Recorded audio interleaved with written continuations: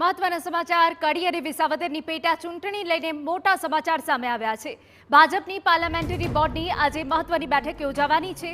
CM નિવાસસ્થાને સાંજે 6 વાગે બેઠક મળવાની છે। નિરીક્ષકો દ્વારા અપાયેલા નામો પર ચર્ચા કરવામાં આવશે। સીએમ પ્રદેશ પ્રમુખ સહિત પાર્લામેન્ટરી બોર્ડના સભ્યો હાજર રહેવાના છે।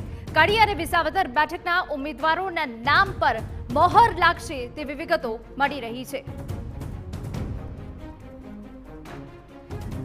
અમારા પોલિટિકલ એડિટર કિંજલ મિશ્રા વધુ વિગતે વાત કરવા જોડાયા છે। કિંજલ, શું અપડેટ આ બેઠકને લઈને?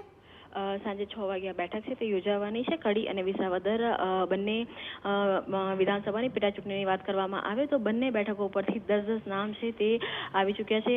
કડીની જો વાત કરવામાં આવે તો કડીની અંદર હિતુ કનોડિયા અને કાજલ મહેરિયા બંને દ્વારા પણ જે દાવેદારી છે તે નોંધાવવામાં આવી છે। તેની સાથે જ બીજા 8 નામ છે તે પણ છે। વિસાવદરની વાત કરવામાં આવે તો વિસાવદરની અંદર હર્ષદ વેપડિયા, ભૂપત વારાણી, કિરીટ પટેલ સહિત બીજા પણ 7 દાવેદારોએ પોતાની દાવેદારી છે તે નોંધાવી છે।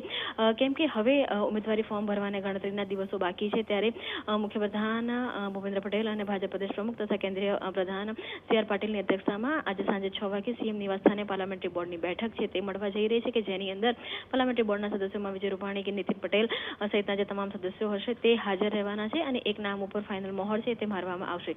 કેમ કે એક બેઠક સૌરાષ્ટ્રની છે અને એક બેઠક ઉત્તર ગુજરાતની છે એટલે સ્વાભાવિક છે કે એ બંને બેઠકો માટે આજે વિજય રૂપાણી પૂર્વ સીએમ અને તેની સાથે ડેપ્યુટી પૂર્વ સીએમ નીતિન પટેલ ના જે નામો છે તેની પર પણ સમીક્ષા છે તે પણ કરવામાં આવશે। જાતિગત સમીકરણો અને તેની સાથે જે સ્થાનિક પસંદગી છે તેને લઈને આજે રાત સુધીમાં અથવા તો આવતીકાલે સવારે સત્તાવાર રીતે બંને બેઠકો પર ભાજપ પોતાના નામ છે તે જાહેર કરી શકે છે। બિલકુલ, આભાર કિંજલ તમામ વિગતો બદલ।